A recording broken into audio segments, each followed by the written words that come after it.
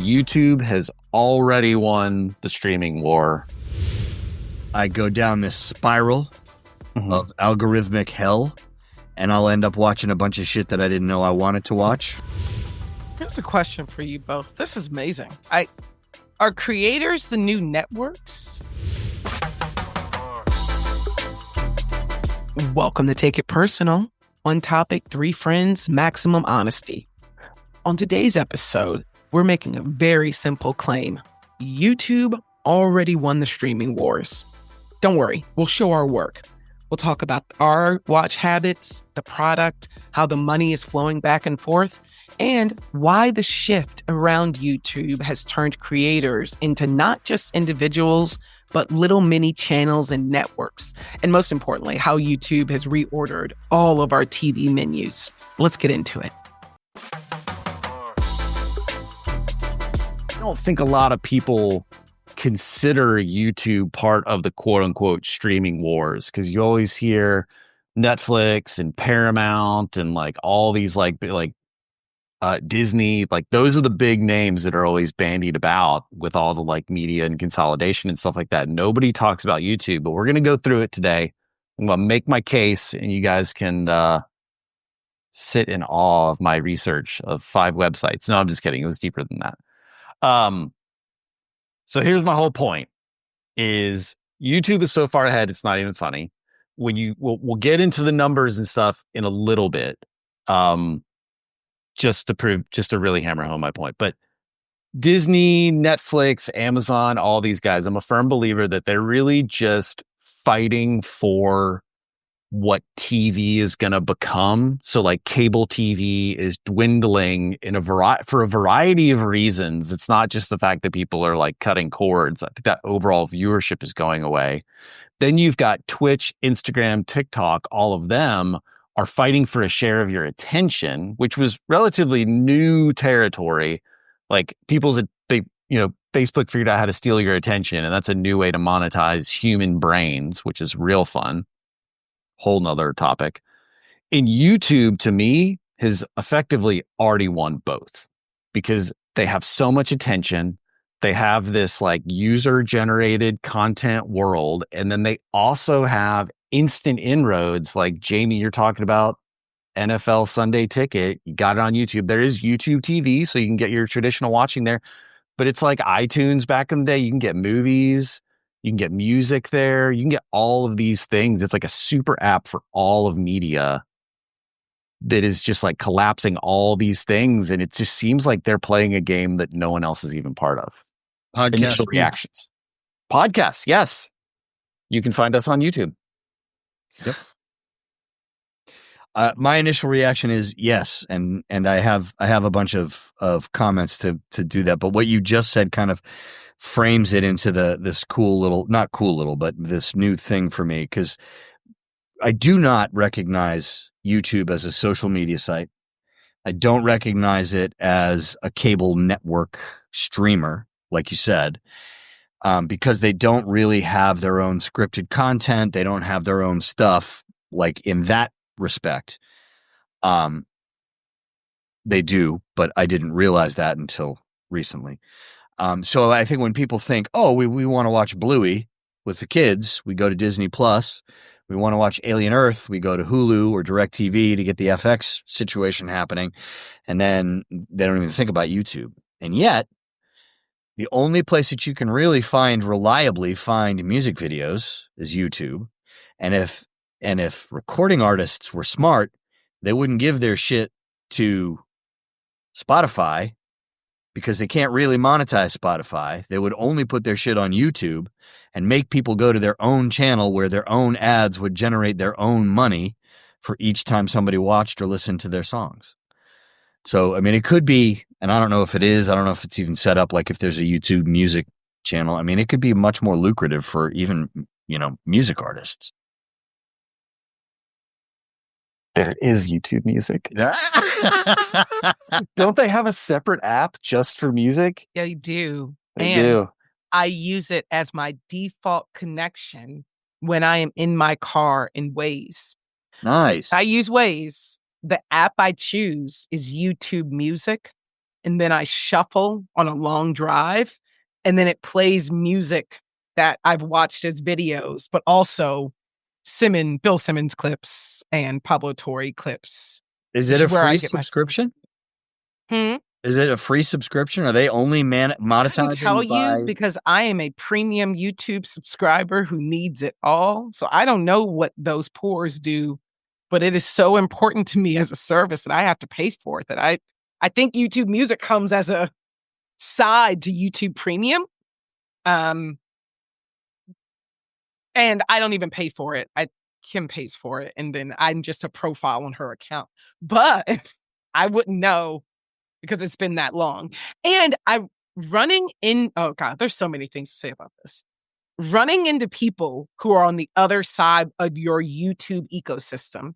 So YouTube TV, there's those people who are not YouTube Premium people. And then there are just YouTube free ad users. All of us, none of us are talking to each other. And if we are, we're speaking different languages. And I've found this out in so many different instances of talking to people about their YouTube experience. Because if it is premium and you subscribe to premium channels that are even behind a paywall, like I do. So one of the things I do is I subscribe to the Terrell Show. One of the greatest shows that's ever existed in the history of media and music. Anyways, that's a subscription. And there's a version of the Terrell Show that exists for the open. But those stories and the extra vocals that you get from, say, the Clark sisters or some of those other vocalists that I mentioned when I was watching, those come in the premium version. And then he does live concerts too with these people who end up getting much, much bigger. So I don't know if you know Donovan Mitchell of the Cleveland Cavaliers. Yeah. He's getting married very soon. I don't know what year, but he's getting married to one of the co-stars of the Fresh Prince or the Bel Air show on Peacock. Her name is Coco Jones. She's a singer and actress. I think she was part of the Disney World. She started out on her career totally died. People on Twitter were like, "What happened to you? You were so good." And she was like, "Yes, the industry is a bit of a mess. Yeah, it's my story, but it involves having to say things, and that's weird." The internet, including me, was like, "Say it. Just tell us what happened." She gets on her YouTube and she makes a YouTube. And she's like, "This is what happened with Disney. This is what happened with Kids Bop. This is what happened with all of these companies that I worked for as a vocalist, and it never really happened." Everyone who ever loved her glommed onto this. They start to tag Terrell and say, "Have Coco Jones on. From what we remember on Disney, she's one of the greatest vocalists we can remember." Like, I don't actually know what's going on, but she made a YouTube. Go check out the YouTube. And we kept tagging him. He has her on 2019. And the story is pretty sad. The videos are pretty sad. We'll share them in this episode. But when she shares her story and starts singing and he starts promoting her, they become a tag team, make a new franchise of a cooking show, of the two of them doing a cooking show during the pandemic, because neither of them have much to do, it felt like. And it hits, and they make a theme song that goes like number 2 on the R&B Apple Music charts. And she's like back. And then within 3 years, she has an album and an EP. She gets a Rock Nation management deal. And 2 months ago, on the end of her European tour, Donovan Mitchell and her announced their engagement. And I was like, I literally funded and made this happen for you in 5 years because of YouTube. Yeah, you did. Yeah, you did. I am directly responsible for all of your success as a result of what we did on YouTube together. Black love, isn't it beautiful? That's what Yes. Yeah, I think it's like, in a way, YouTube is beautiful. And this is incredible. I have to say, as someone who has been using YouTube for way too long, not as a premium user, at this point, I'm too afraid to do it. because I feel like I'll be so mad I haven't been doing it for longer. And I'm also a little worried I might delete everything else. That's a definite possibility. Well, that's an interesting thing that the kind of a lead in to something that I've been kind of going back and forth with for a hot minute. And it actually started with the post that you sent to us, Steph, about the deleting the TikTok. So I went in and deleted a bunch of crap social media wise. And I had taken Facebook off my phone. I didn't delete my account, but I took it off my phone. So it takes an extra step for me to log on. And that extra step stops me from logging on almost entirely. I'm never on Facebook. But I went and I deleted Threads and I deleted Blue Sky and I deleted a couple other things because I've just found that, we kind of chatted about it in our chat the other day. I've just found that it's unhealthy, right? It's unhealthy for a bunch of different reasons. And that's how they get you, right? That's how those algorithms work. They feed on that jolt of adrenaline that you get from, oh, this infuriates me. And you do get a little bit of dopamine. I mean, it's a brain thing and they know that. So anyway, I deleted all that and I thought to myself, okay, so instead of watching these little videos that I want to watch, I can go to YouTube and find the whole kit and caboodle and not have to watch this 30-second thing and then do the deep dive. So I've actually been going to YouTube, more on the regular lately because I find, and I'm sure that there's, the folks at Google own YouTube. I'm sure that they're controlling the algorithm. And even though I did read that they said nobody actually controls the algorithm, it just kind of does what it wants to do, which, okay, sure. Yeah. But I've found that I feel like I have a little bit more control over what I consume on YouTube as opposed to what pops up on my social feeds. It's like just that little bit of pause with YouTube. Like when you arrive there, it's not, you might have autoplay turned on. I actually have autoplay turned off in a lot of places. So it's like that moment where it's like, I'm choosing what to watch here. Yes. It makes their algorithm different. And I'm going to like completely fumble this, but I know someone described it once, or I watched a video about it. And it's like, it's a little different than the way the TikToks and the Instagrams and stuff like that work, because those work to keep you going. They're basically like, what's the next video that's going to keep you watching? Whereas effectively the way the YouTube video works is kind of like, you seem to be this type of person, and there are all these other people who are kind of like you that liked this video. They watched this video and they really enjoyed it. Maybe you'll like it too. And you have to make the choice. And you have to make the choice to view it. You're not like, you can get on the YouTube, like shorts and stuff like that, but they're like, at least the ones I get are mid at best. Yeah. A lot of AI shit on there. People are trying. But yeah, it's that slight difference and that slight pause too. That's like, you get done with the YouTube video and it's like, it brings up the continue watching or like the up next thing where it's like in 15 seconds, this other video is going to start. And you're like, nah, I don't want to watch that one. No, we're good. I'll go look for another one. So it's like, there's this search. I think there's still like a search and find about it where there's like, it's like a video game principle where it's like it's like the variable reward. It's like, you might like this video, you might not. Anyway, their hook is strong, man, but it feels way less toxic. I mean, and I know YouTube is definitely a place where people go to get super freaky radicalized. But on the surface, it's better, maybe. Yeah. I don't know. No, I agree. That's what I've found. Couple comments on this. I say modularity. They have these, so there's YouTube shorts, but then you can find like 8, 9 minute, 10-minute videos. But then you can find hour-long, 2-hour-long, 3-hour-long video essays. And then you have live streams that you're sick with yourself because you watched, but you are a sick person and you need to see how Cardi B said that someone was a bitch but not fat on the stand, because you need to watch it in real time at work. It's like it has the modularity of the different types of video, and those are vastly different. YouTube Shorts is fine. Shorts is great. Shorts needs work, It's not as good as TikTok. It needs work, but I agree it's not as toxic. And I think the long and the live piece are really good. And then I think this last part of the community. So like there are the comments, and my YouTube profile is not me, and it's not tied to any personal identifier.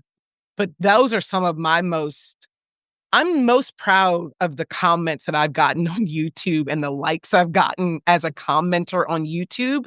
And I see myself as a good community member when I get lots of likes and responses to comments, because usually it's on content that was long form or just really meaningful, and the audience really cares and it threads the conversation nicely. TikTok does it well too, but there's something around being a good community member on YouTube that I feel rewarded for, that I don't necessarily feel that way on any other platform. And I think I like that element of it on at least mobile a lot.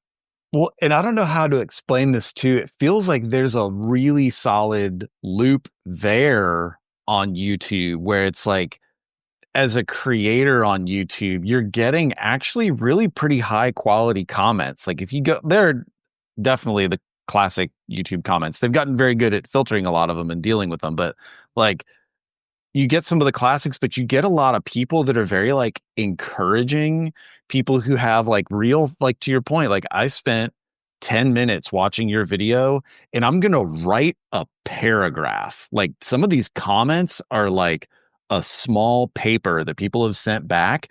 And I feel like there's that really great sense of community that like you as a commenter feel connected to that person. And now as a creator, I feel more connected to create more in different content. And I have like an instant feedback loop with the people who are watching me, which is part of what I think is so special about YouTube and why they're like maybe threatened by TikTok and Instagram, but like they effectively created user-generated content. They've been doing it the whole time, and they've really figured out a great system. And to real quick on shorts, I think shorts, I have come to realize, are not for me. This is one of these things, and like getting older, I've come to realize I'm like, I don't think shorts are for anyone who's speaking on this podcast, because I know in doing research that if you want TikTok, or not TikTok, if you want YouTube views now, if you want to grow your channel, the number one thing you're supposed to do is make shorts, because it's like the greatest discovery tool on YouTube at the moment, because a lot of people apparently do watch them and that connects them to your channel. And that's how they get there. It's like everyone across the content creator forums that I went through, they were like, people were like, how do I grow my content creation skills? How do I do it? Everyone was just like, make YouTube shorts. Just like, shut up and go make YouTube shorts. That's all you need to do. Here's a question for you both. This is amazing. Are creators the new networks? So when we were talking about like, we talked about going, all of us went to Hulu, which I think is also very interesting for another time. But like ABC, NBC, we were all very excited when Fox dropped. We all remember that happening in our lifetime and being like, oh shit, Married with Children is actually fucking great. Like we remember that. But is that what creators are, or networks still different? Because on YouTube, I feel very much like Terrell Grice is probably the voice and the carrier of what R&B vocalists are doing. I just never got a network for it. It was smashed in with BET. And I was like, okay. And then we got like, I think they gave us TV One for Black women. They were like, this is just about R&B. And I was like, great, fine, fuck it. Yes. I was on a show on TV One. Yeah. Are you perfect Black You're just woman? going to stop at that? You're just going to say, hey guys, I was on this TV. Well, you're just going to leave that. Plus, I was on the game at one point too, so I got all kinds of craziness. Yeah. You were not on the game. Yeah, I was. Oh, okay. That explains our relationship. I feel like we need a whole episode of just like the random. It's like a Jamie memoir episode. What's the like crazy? My head won't be able to fit on this screen. What are you trying? Real quick. That's perfect. Real quick. Dear America, October 3rd, 2025. Stephanie went straight again. And she met a man that was on her very favorite show.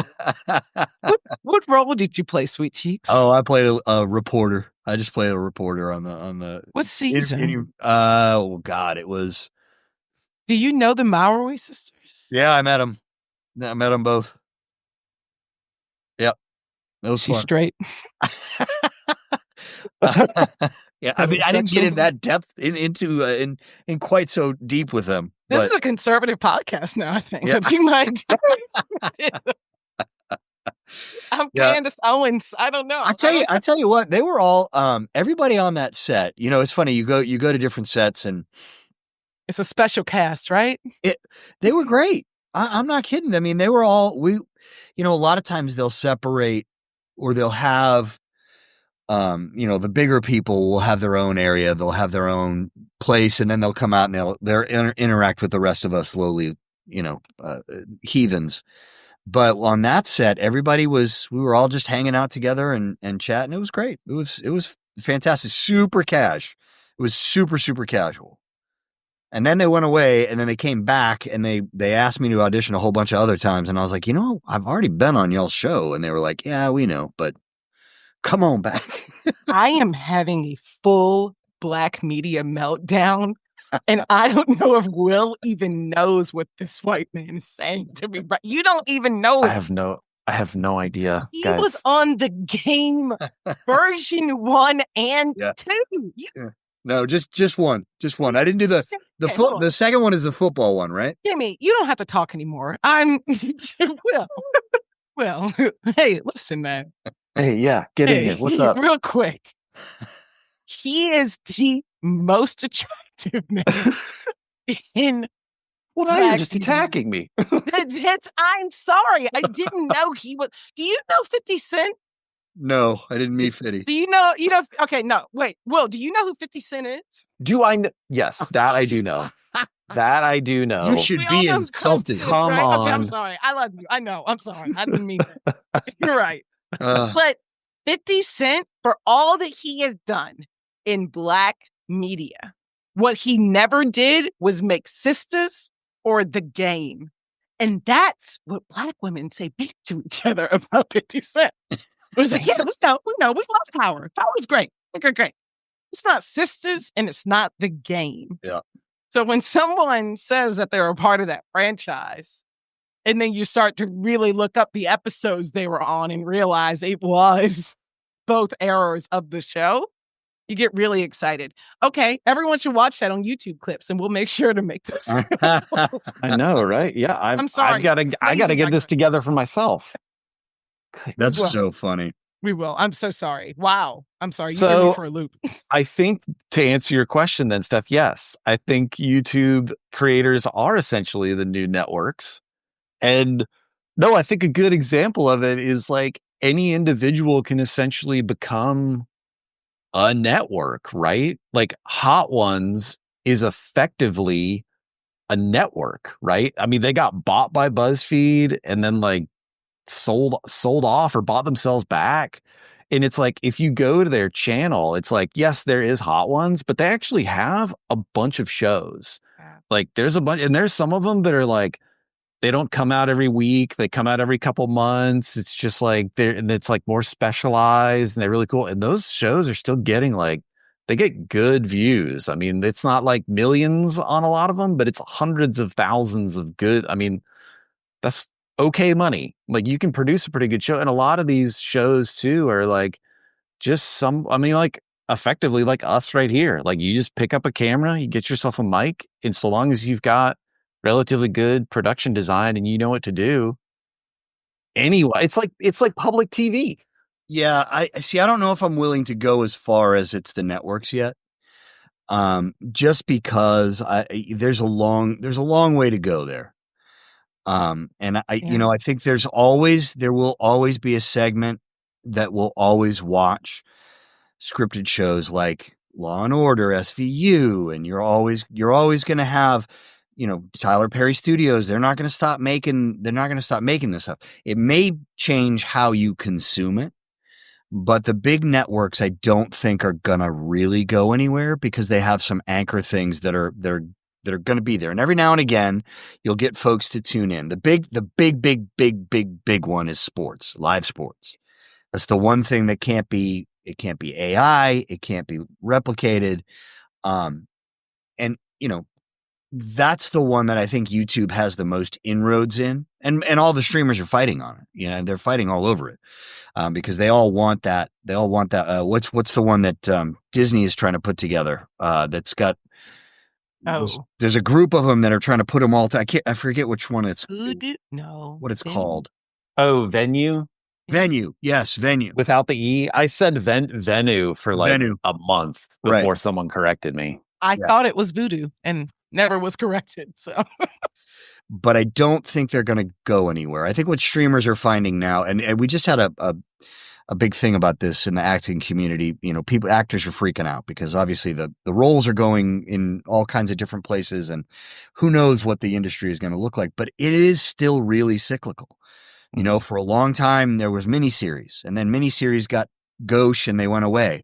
Well, now it's all back. There is no TV show that's longer than 9 episodes now a season. That's a miniseries. It's a miniseries. Yeah. Now we have Netflix doing multicam comedies. And for those that don't know, multicam is on a studio set with a live studio audience and a couple of cameras in static positions covering everything. And it's stuff like Friends and Seinfeld. All that stuff was multicam. That went away for a long time. Well, now it's coming back. It's all this. Hell, Noah Wyle is playing a doctor in a wildly popular ER show. Time is a flat circle, man. Streamers broke the industry, and then because there were no ads, and you could do whatever you want, and now we're back to ads because you got to monetize it. So I don't know. I think that studios are going to be there for a long time. How people consume it is different, which kind of leads me into this, the one point that I have for this whole thing, because I'm old and I don't have points. India is, correct me if I'm wrong, Will, you probably know this. India is the largest grossing portion of the YouTube audience. Is that correct? It's wildly popular in India. Does that ring true? I do not know. I know it is hugely popular in India, but I'm not sure if it's the most popular. But anyway, there's a filmmaker. His name's Amir Khan, very popular. And I'm not a big Bollywood guy, but I listen to a podcast called The Town, and that talks a lot about the industry, the monetary side of things. And he was one of the first to go right from the theaters, skip right over the video on demand thing and put it right on YouTube for automatic rental for $1 a piece. I didn't even know that YouTube rented movies, full movies. And he did that because he wanted to get the majority of the money coming into the production and not getting divvied among whoever's going to stream it, Amazon Prime or whatever that equivalent is in India.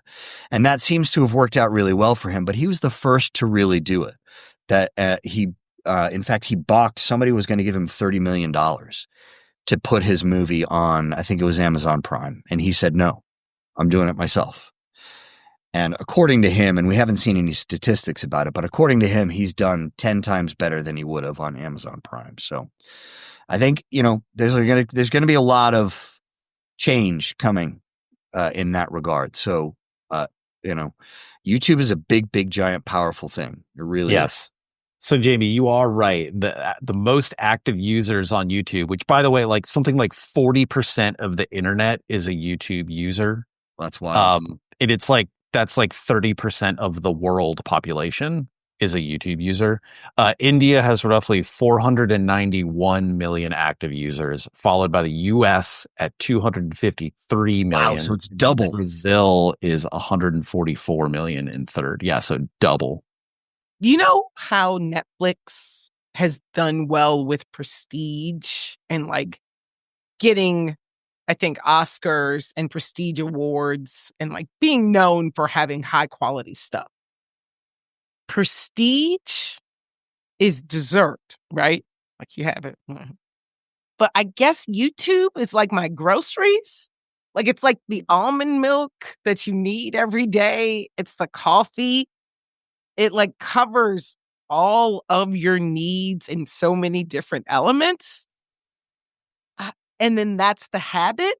That's what it feels like this discussion is raising for me. Is like, YouTube is my groceries. I have to go and get that. You have to have seltzer. You cannot not have seltzer in your home if that's your only type of beverage choice, which is how my house runs. You have to get that. Yeah, right? Yeah, you have to. You can't do sodas anymore. I mean, occasionally, but not always. God, I haven't So had is a that, Coke in forever. do we think that's true? Because, I mean, if we're going back to the beginning of our conversations or other parts of this, Jamie doesn't even know how many times he's going to the grocery store. He's That's like, right. oh shit, I'm at Yeah. Safeway again? How Yep. am I at Publix again? That's a It's fact. it's with his kids. It's with himself. That's a fact. And I think that's one grocery shopper. That's my Aunt Mary.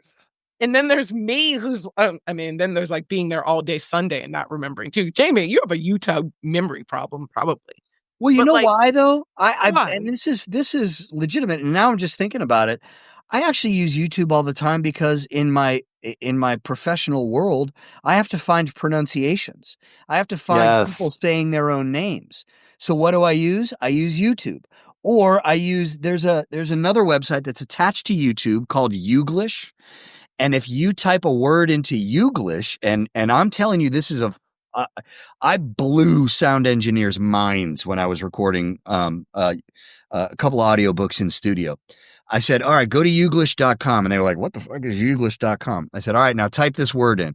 And it was whatever, supercalifragilisticexpialidocious. They typed it in. It brings up a whole slew of YouTube videos with that word being said by different people and the section directly to the section that it's being said. So you don't have to pour through the whole video. It combs through the transcripts and pulls out a 6-second clip and starts it there. This is that word. So this is like, I guess in a way, Steph, you are right in that it's groceries. Cause like back to like the networks thing, you brought up a really good point, Jamie, in that like the money is very different, which I am going to hit you guys with some money numbers, which it's going to be weird, but it's like the grocery, like what Jamie was just describing though, is like, this isn't necessarily like new, cool, trendy content, but that is so hyper useful, right? Oh. Disney is never going to help you with a pronunciation. Like this is not something that they care about. Nope. But yet, getting into the numbers, in 2024, YouTube made $54.2 billion in revenue, which is considerable. Disney, excluding parks and cruises and all that stuff, made $59.7 billion. And something to keep in mind with that, right, is Disney is Hulu, all the ESPN networks, Disney Plus, all of that stuff together. So they've got TV networks, they've got all those things that they're doing, including, I don't know if this included movie revenue or not. I don't think so, but it's like all of their TV and streaming. So sports is included in that. Yep. So YouTube is predicted this year to surpass Disney in total revenue. You know that Disney, their streaming, the Disney Plus, they just made money for the first time a couple of years ago, maybe even a year ago. Which brings me to another numbers point, which is with the way YouTube works, right? YouTube doesn't have YouTube Studios. There's no Disney. So it's like, if you're Disney, you might spend $30 million on a show or a movie and it might make no dollars. You might make 20 million back. Who knows? For instance, Alien Earth cost almost, or actually over $250 million to create. 8 episodes, $250 million. Who knows if they're making that money back? This is like, a lot of people are like, I think we're going to get a second season. I'm like, I don't know if we're going to get a second season of that price tag, guy. But again, they had a lot of production stuff. It started in 2019 and COVID. So I think there are a lot of inflated costs to it. But YouTube spends $0. When YouTube makes $20 million that they're giving to people, right? So like they pay out a huge amount of, I think they've paid something like $2.5 billion out to creators over the last like couple years or something like that. So if they pay out $20 million, it's because they made $100 million first. They get paid first, then they pay you. So this is where like my whole final point really about why I think YouTube is just playing a whole different game is like in the world of M&A, which is mergers and acquisitions, if anyone is not a business bro, like all of this stuff where like companies are getting bought and sold and merged and all these things are happening, a ton of debt gets created. And my example is Blockbuster versus Netflix. Blockbuster actually had the same service that Netflix was doing at the time, where you could get a DVD sent to your house. You could do all these things. Really, what it came down to in the end is Blockbuster had been saddled with a mountain of debt after being bought and sold and moved all these different times. So they had nothing but debt, and Netflix had nothing but cash. So that huge divide between the two of them, it killed Blockbuster. Netflix ran away with everything and created this whole new world. So it'll be interesting to see over the years. It's like you've got YouTube that is effectively just printing cash. They have to, all they have to do is keep the infrastructure up, which at this point, man, it doesn't change very often. Like it's just, they're keeping costs down. All of these other companies, they still have to pay all those same costs for their streaming service, as well as all the content that they're creating. And granted, that IP lasts for decades. Harry Potter is, huge. It's going to go on for who knows how long, like all those sorts of things. But YouTube's got translation videos, man. Like it's going to be there. And it's effectively this infinite runway. So I think there's a possible wrench that could be thrown into the whole YouTube mix. And let me see what y'all's thoughts are on this. And it would only be here in this fine United States of America. Oh God. But when does the FCC step in and start to regulate what YouTube has to offer? Because the FCC at this point does not, right? But the FTC did sue the shit out of them. And they had to pay, what was it, like a $10 million fine or something crazy like that. It might have even been more than that. 10 million. Pocket change. Yeah, that's like change in the couch for them. Yeah. But over the collection of data of kids that were online looking at it. Oh, yeah. Yeah, they were gathering information without the children knowing it, and they got sued. Now, at what point then does... So the newest one is what's his nuts. Brendan Carr was alerted by a faith-based channel that said that YouTube would not allow that channel to be placed onto YouTube. And so, of course, Brendan Carr decided that he would take a peek, and he asked YouTube if they were discriminating against that. So at some point, could the government get involved and really throw a wrench into things? And we all know that money walks and bullshit talks. Google's got tons of cash. Yeah. And they can easily grease Donald Trump's fucking orange wheels.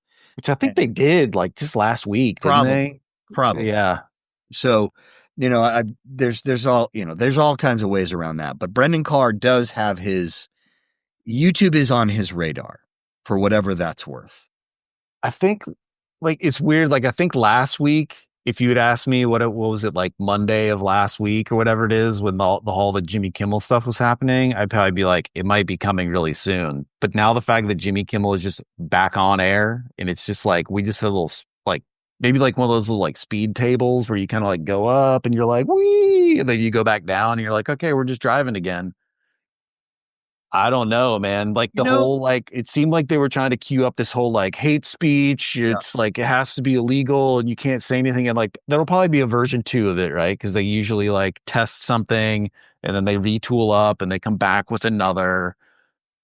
But that's a good point, Jamie. I don't think I've got a strong dumbass has he's already put a statement out of things that he finds that'll be illegal, and he does that consistently. So if you criticize him, or you criticize religion, or you do this or that, if you say that the Republicans are Nazis, then you're going to be on the watch list, and that's going to be illegal. And we all know that that's coming, and they're going to try their best to get it. What I think YouTube has, and this just occurs to me, that was one of the reasons that Jimmy Kimmel was able to get back on air so quickly, is that the American people said, "Fuck you, Disney," and started canceling Disney Plus subscriptions. And Bob Iger went, "Oh shit, this means something." And YouTube, if YouTube has eyeballs of 253 million Americans, whatever that is, by the way, that's a massive amount of Americans. There's only 320 of us. 320 million of us in this country. And if 250 are on YouTube and they try to do some tinkering with YouTube, that would, that's what they listen to. That's the only thing they listen to is, oh shit, maybe not. So many things. First thought, they will do a secondary version that gets more targeted because they learned from this time around. I agreed the Jimmy Kimmel incident was helpful. I also think Target was helpful. Yep. There is precedent being set that if we do something together, if we all are annoyed together, there are outcomes. And so I do think there's like a modulation happening right now where public companies, possibly with government officials, are like, hey, we gotta talk about this because this is also your wealth tied up in this.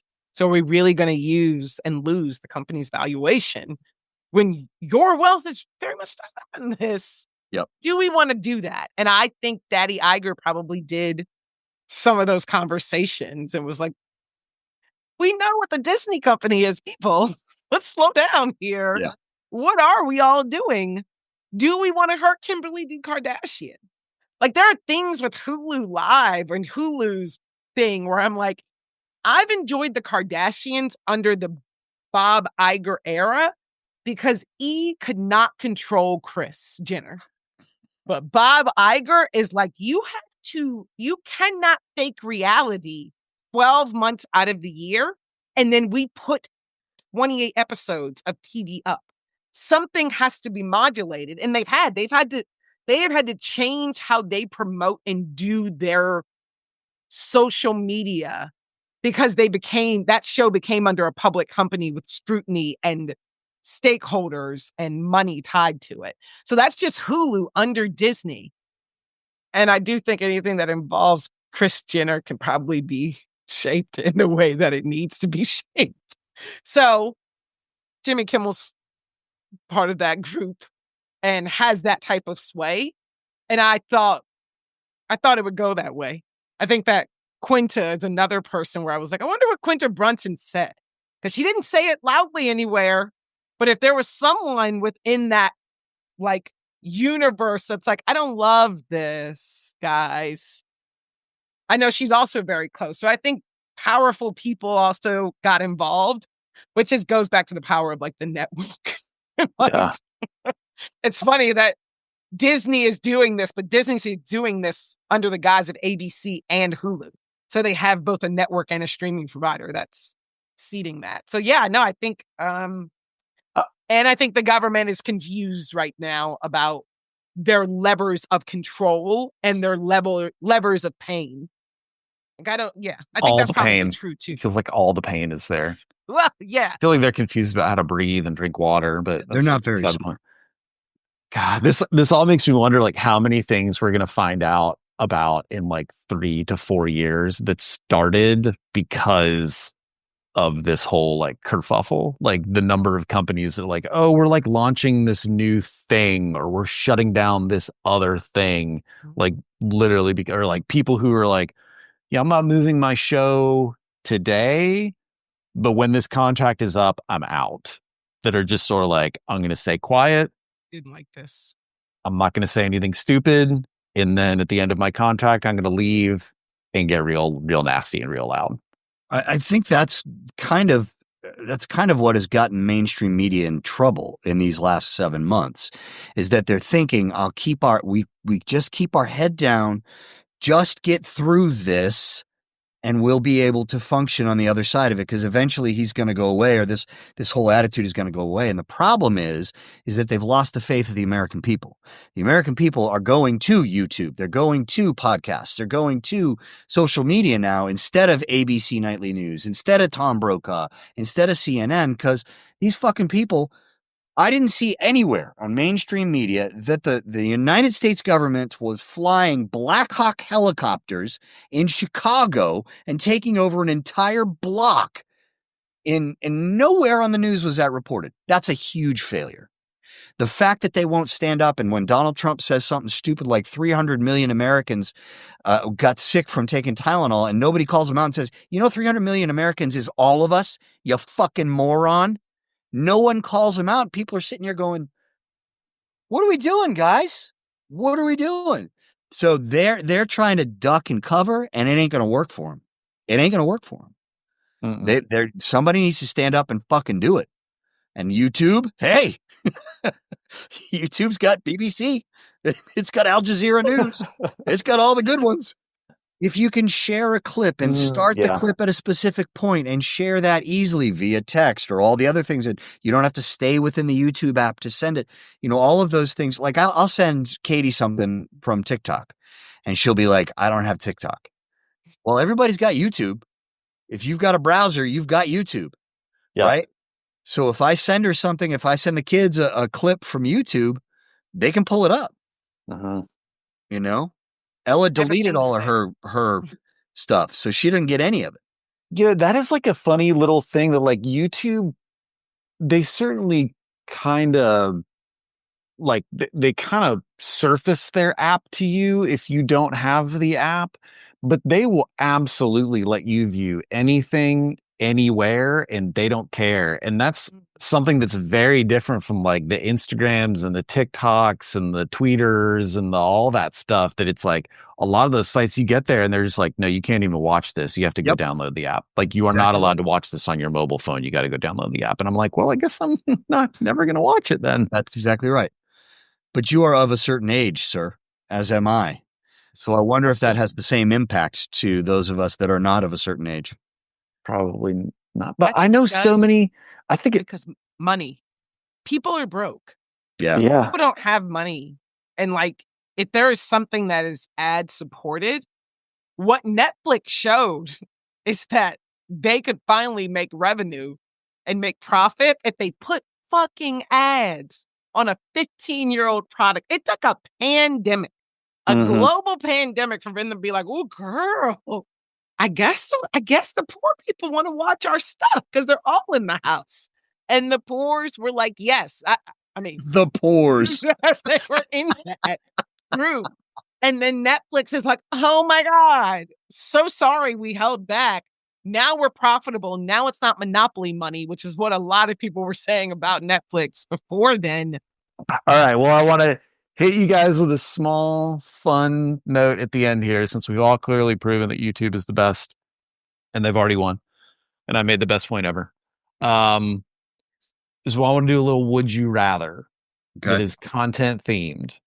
So, would you rather be forced to only watch or listen content from one creator that must be from Gen Z or younger, or never be able to rewatch anything ever again? And sorry, the watching of this Gen Zer, you have to do it for one entire year. So one whole year of your life, all you get is from this young person.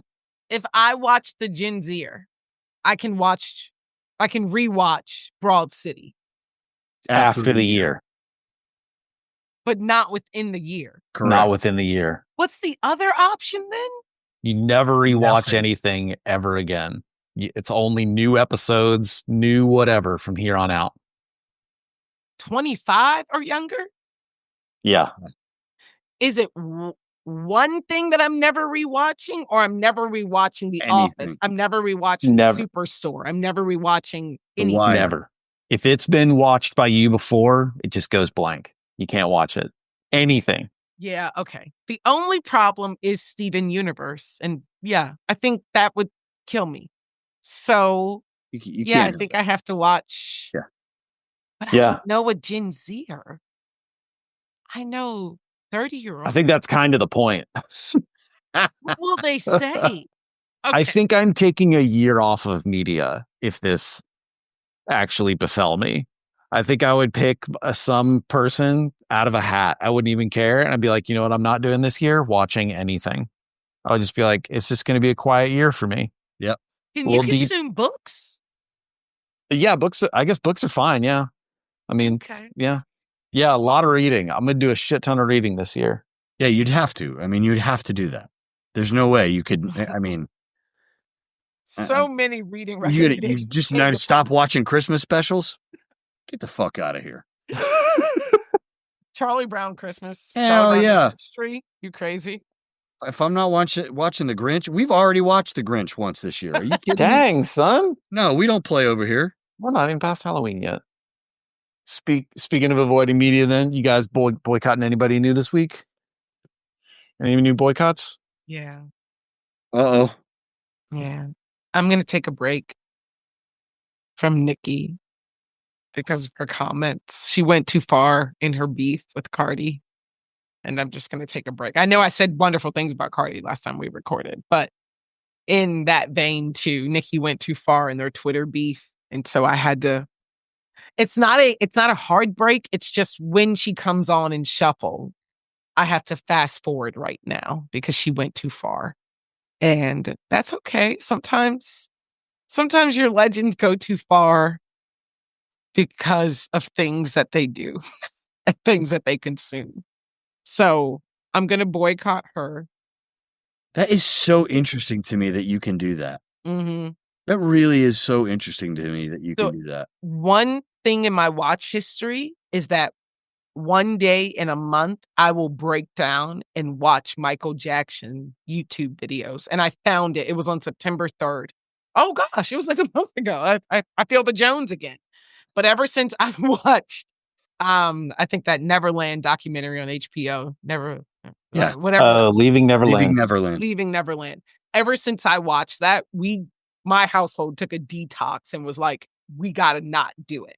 If we believe victims and we say we're believing victims, and that's a principle we're going to hold to until we have otherwise evidence that proves the contrary, then his music is a very tough listen if you watch and consume and you internalize what those victims said. And I have raised that to every person of my complexion that is 2 shades up or 2 shades lower. And they are like, get the fuck out of here with that. It's MJ, bitch. MJ. And I'm like, okay, that's cool. But I do have a breakdown period, Jamie, to that point. Like, oh shit, did you just listen to PYT takes because on YouTube someone uploaded a new archive video of him in the studio? Oops, you might as well go back and listen to PYT originally. Just get that in. But like I did that a month ago and I try to stay away from him. I was very impressed with Spotify when they were early adopters of do not play this artist. I love that feature in Spotify and I pushed it on R. Kelly. I was one of the earliest users of that feature a long time ago before I left Spotify, but it's a great feature. So yeah, I will try to disconnect if I have known allegations. I might go back because the music sometimes or the art will bring me back, but fuck that shit for right now. She said horrible things. Go check Twitter. Cardi said what she said. Yeah. And I liked it. So that's who I'm off of. Anyone else off or on anyone? I mean, Jamie? Alien boycotts?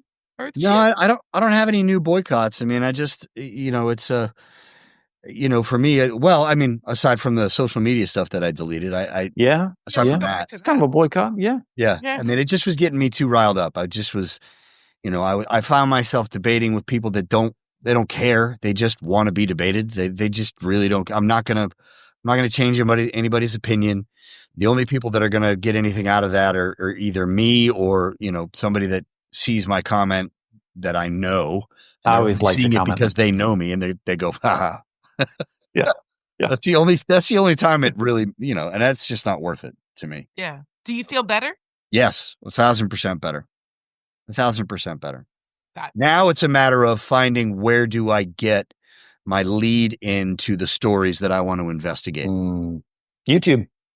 That's where it's going to end up being, podcasts and YouTube. Yeah. Yep. Yeah. Which is great. It's more intentional, Much more intentional. Yeah. For me, it's Chobani this week. They partnered with a company called Planet Harvest, which is co-owned by Ivanka Trump, one of the founders of it. And it's really conflicting because Planet Harvest mission, their whole thing is they're trying to reduce food waste by connecting farmers whose wasted food would normally just get trashed, but they're trying to get it up. As best I can tell, though, if I'm being blunt, it seems more like a brand than an actual company. I'm not entirely clear that they've actually really done anything. I've tried to find the actual evidence. They have some claims about what they've done, but I can't find any actual evidence that they've actually really and truly done anything. So I get the feeling it's just sort of maybe it's a consultancy type situation, and they partnered with Chobani to do something. So I'm just you know what? I like a bunch of other yogurts. That's fine. This is an easy out for me. Do you think you'll go back? Probably not. I think we're good. Okay. Well, hold on. Before you speak too aggressively, it's the time for the favorite part of the show. Beyoncé sat. Oh, we made it. I thought we were going to make it. Oh my God. I thought we But you did it. You brought it up. You brought her up. Okay. I see that now. Could you explain that back to me now though? that you brought it up? So Ivanka and Beyoncé sat beside each other. That's at right. a gala event about 3 weeks ago. But she gets strikes. That's strike one, right? So that's what I wanted to pose to you. It's it feels like what you just described Chobani doing is what Beyoncé did. And now I'm questioning what I need to do with her because she also temporarily branded herself for one way or another with Ivanka. But that's not your problem. That's my burden. Really tricky. The benefit one with Beyonce is really tricky because they were at the table together, and there's so much chat around it, right? Because it's it was a benefit thing, and it's you don't always necessarily choose who you're sat next to at the benefits and things like that. It may have been a benefit that she was potentially helping to put on, but or her husband. She might have had some influence over who sits where, but maybe not. We don't know. We don't know. Hey, Chobani, I'm copping the same pleas for you that Will is copping for Beyonce. All right. Well, I'll reconsider it. I'm kidding. Go backwards through the hierarchy of all these companies. Eventually, you're going to come into somebody, right? I mean, all these companies are owned by what, 4 conglomerates in the entire world? Yeah. Which might be my favorite part of Alien Earth, by the way, is that 4 companies own the entire Earth. Oh. At least they're honest about it, right? Yeah. Literally, it's Wayland Yutani, this other Prodigy, and then 2 other companies, which I don't know that they've said the names or not. Right. Yeah. I'm ready for more spinoffs. Yeah. At least they've come up and gone, you know what? They own all of Earth. And life is terrible for everyone. And life is it's awful. The companies own you. Yeah. Yeah. Okay, I got to watch this. Okay. It is the best alien property in all of the universe, of the alien universe. Bold statement. I'm going to make that bold statement. I feel like we got to end on that bold statement. I feel like we did it, guys. We made it. Thank you, everyone who listened and actually made it this far. Good job. So thank you for listening to Take It Personal. If you like today's episode, hit follow on Apple Podcasts, Spotify, or wherever you listen. You can find us on TikTok, Instagram, and YouTube, even though you will not find Jamie in any of those places. We are at Take It Personal _podcast. And I believe we will see you next time. Thank you.